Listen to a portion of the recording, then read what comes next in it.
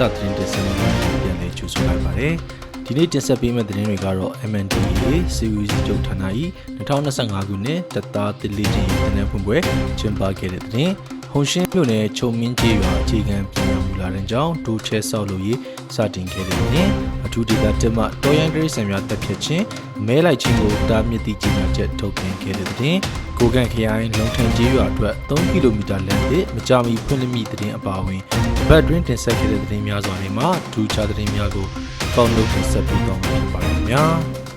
ပထမဆုံးတင်ဆက်ပေးခြင်းတဲ့သတင်းကတော့ MNDAA စီယူစီချုပ်ဌာန၏2025ခုနှစ်တပ်သားတစ်လေ့ကျင့်ရေးတင်ဆက်ပွဲကျင်းပခဲ့တဲ့သတင်းပဲဖြစ်ပါတယ်။ MNDAA စီယူစီချုပ်ဌာနရဲ့2025ခုနှစ်အတွက်တပ်သားတစ်လေ့ကျင့်ရေးအပတ်စဉ်3တက်ခွဲ1ရဲ့တင်နန်းဖွင့်ပွဲအခမ်းအနားကိုပြီးခဲ့တဲ့နိုဝင်ဘာလ20ရက်နေ့ကတက်စကန်စုဝေးခမ်းမမှာကျင်းပပြုလုပ်ခဲ့ပါတယ်။ခမ်းနားကိုစီယူစီချုပ်ဌာနစီလေ့ကျင့်ရေးဦးစီးဌာနအကြံပေးဗိုလ်ကြီးမစ္စတာရန်ကြားဖန်အပါအဝင်ခေရာတွေတင်ကြားရေးမှူးတွေနဲ့တပ်သားတပ်တွေစုံလင်စွာတက်ရောက်ခဲ့ကြပါတယ်။မနက်၈နာရီအချိန်မှာမဟာမိတ်တပ်တော်တချင်းကိုတည်ဆိုပြီးအခမ်းအနားကိုဖွင့်လှစ်ခဲ့သလိုဒုတိယတက်ခွဲမှုမစ္စတာလီချီယင်းကလည်းတနန်းဆိုင်ရာအစီအစဉ်တွေနဲ့ရည်မှန်းချက်တွေကိုရှင်းလင်းပြောကြားခဲ့ပါတယ်။ဆက်လက်ပြီးဗိုလ်ကြီးမစ္စတာရန်ကြားဖန်က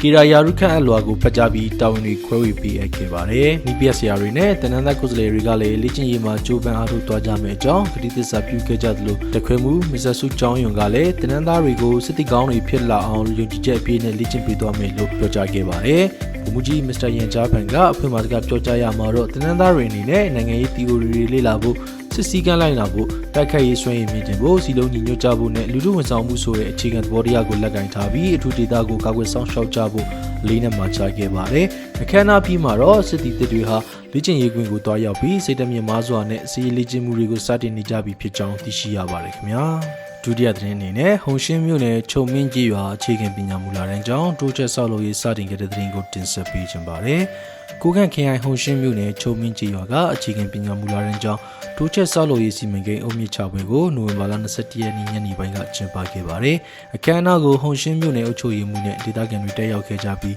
းတာဝန်ရှိသူတွေကမြေကြီးတူးဆွာကလုပ်ငန်းကိုတရားဝင်စတင်ခဲ့ကြပါတယ်။ဒီစီမံကိန်းဟာကျောင်းသားတွေအတွက်ပုံမကောင်းမွန်တဲ့သင်ယူမှုပတ်ဝန်းကျင်ဖန်တီးပေးဖို့နဲ့ပညာရေးအခြေခံအုပ်မြစ်ကိုခိုင်မာစေဖို့ရည်ရွယ်ကြောင်းသိရှိရပါတယ်။စီမံကိန်းအတွက်အုပ်ချုပ်ရေးကော်မတီကဘဏ္ဍာငွေထောက်ပံ့ပေးထားပြီးခမန်းကုန်ကြစရိတ်ရွန်ငွေ17.8 သိန်းရှိမှဖြစ်တယ်လို့အကျယ်ဝန်း2400စတူဒီယံမီတာထပ်မံကျယ်ဝန်းမှာဖြစ်ပါတယ်2026ခုနှစ်ဇွန်လမှာပြီးဆောက်လုပ်ဖို့ရထားတဲ့ဒီကျောင်းဆောင်သစ်ပြည်စည်းသွားရင်တော့ဂျီရွာတဝင်းက Grade 4 Grade 5 Grade 6ကျောင်းသားတွေရဲ့ပညာသင်ယူရေးလိုအပ်ချက်တွေကိုအဓိကဖြည့်ဆည်းပေးနိုင်တော့မှာဖြစ်ကြောင်းသိရှိရပါတယ်ခင်ဗျာဆက်လက်ပြီးအထူးဒေသတစ်တော်ရင်ဒရိတ်ဆိုင်များတက်ဖြတ်ခြင်းအမဲလိုက်ခြင်းကိုတားမြစ်သည့်ကြေညာချက်ကိုထုတ်ပြန်တဲ့အကြောင်းတင်ဆက်ပေးပါမယ်တဘာဝပတ်ဝန်းကျင်ထိန်းသိမ်းရေးဆိုင်ရာအရေးကြီးတဲ့ထုတ်ပြန်ချက်အဖြစ်ပြည်အောင်စုမြန်မာနိုင်ငံအထူးဒေသတစ်အုပ်ချုပ်ရေးကော်မတီက KR စနစ်နဲ့ဇီဝမျိုးကွဲတွေကိုကာကွယ်ဖို့အတွက်တော်ရန်ဒရိတ်ဆိုင်တက်ပြည့်ခြင်းအမဲလိုက်ခြင်းကိုတားမြစ်သည့်ကြေညာချက်ကိုနိုဝင်ဘာလ23ရက်နေ့မှာထုတ်ပြန်လိုက်ပါတယ်။ဒီကြေညာချက်ထဲမှာအချက်5ချက်ပါဝင်ပြီးပြည်ထောင်တွေကိုလည်းအထူးသတ်မှတ်ထားပါတယ်။တရားမဝင်အမဲလိုက်ရင်တားကောင်နဲ့တနက်သိမ်းဆည်းခံရမယ်အပြင်ရွမ်ငွေ2000ကနေ4000အထ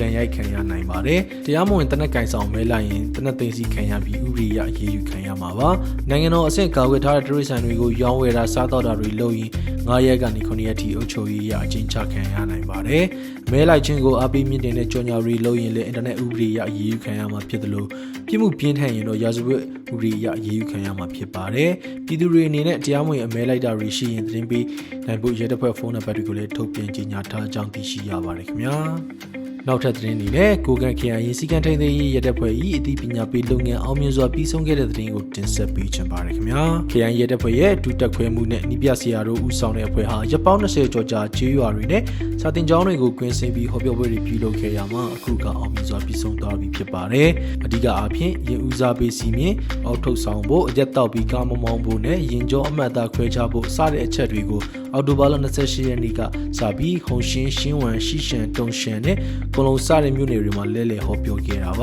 ဒီလှုပ်ရှားမှုမှာဒေသခံကေရာတွေမျိုးသမီးရေးရာအသင်းတွေလည်းပူးပေါင်းပါဝင်ခဲ့ကြပါတယ်ကျောင်းတွေမှာပိုစတာတွေကတ်တာဖြစ်မှန်ဥပမာတွေနဲ့ရှင်းပြတာတွေပြုလုပ်ခဲ့တာကြောင့်ကျောင်းသားလူငယ်တွေနဲ့ပြည်သူတွေကြားမှာရင်းနှီးကာကွယ်ရေးအသိပညာတွေတည်တည်တသာတိုးတက်လာခဲ့ပြီးဘေးကင်းလုံခြုံတဲ့ရင်ကျော်ပတ်ဝန်းကျင်တစ်ခုအတွက်အခြေခံကောင်းတဲ့တည်ဆောက်နိုင်ခဲ့ကြောင်းသိရှိရပါတယ်ခင်ဗျာဆက်လက်ပြီးမွန်ဂိုခန်တွင်ငှူသီးတန်ချိန်၈တန်းပြည်ပသို့စ တင်ပို့နိုင်ခဲ့တဲ့သတင်းကိုတင်ဆက်ပေးချင်ပါတယ်။မွန်ဂိုခရိုင်နဲ့တဲဟောင်ဂျီကူကုမ္ပဏီတို့ပူးပေါင်းစိုက်ထားတဲ့ဧက350ကျယ်ဝန်းတဲ့ငှက်သီးစိုက်ခင်းကနေပထမဆုံးအတုံအနေနဲ့ငှက်သီးတန်ချိန်8တန်ကိုပြည်ပသို့အောင်မြင်စွာတင်ပို့နိုင်ခဲ့ပြီဖြစ်ပါတယ်။ဒါဟာကုမ္ပဏီနဲ့စိုက်ခင်းဆိုတဲ့ပူးပေါင်းဆောင်ရွက်မှုပုံစံရဲ့အောင်မြင်မှုဖြစ်ပြီးဒေသခံတွေအတွက်အလုပ်ကိုင်တွေဖန်တီးပေးနိုင်တယ်လို့ခေတ်မီစိုက်ပျိုးရေးနည်းပညာတွေပါရရှိစေခဲ့ပါတယ်။မွန်ဂိုခရိုင်တာဝန်ရှိသူတွေကတော့စိုက်ပျိုးရေးပုံစံသစ်တွေကိုဆက်လက်အားပေးတော့မှာဖြစ်ပြီးပြည်သူတွေရဲ့ဝင်ငွေတိုးပွားဖို့နဲ့ခရိုင်စီးပွားရေးဖွံ့ဖြိုးဖို့ဆက်လက်ဆောင်ရွက်သွားမယ်လို့ပြောကြားခဲ့ပါတယ်။နောက်အနာဂတ်မှာလည်းဒီငှက်သီးလုပ်ငန်းကိုအခြေခံပြီးဒေသထွက်ကုန်အမတ်တစိတ်တွေတိစောက်က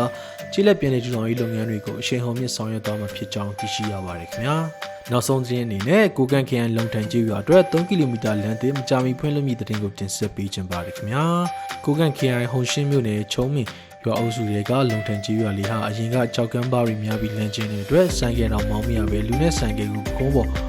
တင်ပြီးတည်ရတဲ့အခြေအနေမျိုးနဲ့နှစ်ပေါင်းများစွာကြုံတွေ့ခဲ့ရတာပါအခုခါမှာတော့အုပ်ချုပ်ရေးကော်မတီကျေးရွာလူထုနဲ့မြို့နယ်အုပ်ချုပ်ရေးတို့သုံးမင်းဆိုင်ပူးပေါင်းပြီး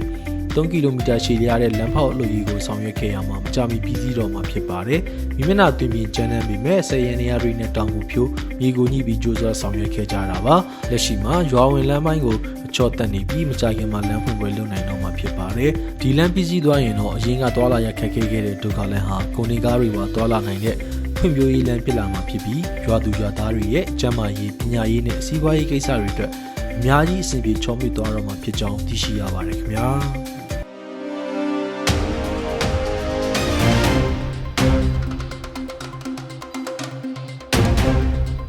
တကူခန့်ရဲ့တပတ်တာသတင်းတင်ဆက်မှုများကိုအပတ်စဉ်စနေနေ့ည8:00နာရီအချိန်တိုင်းထုတ်လွှင့်ပေးသွားမှာဖြစ်တဲ့အတွက်စောင့်မျှော်ကြည့်ရှုနိုင်ပါတယ်ခင်ဗျာကျွန်တော်နေဝီဆိုပါ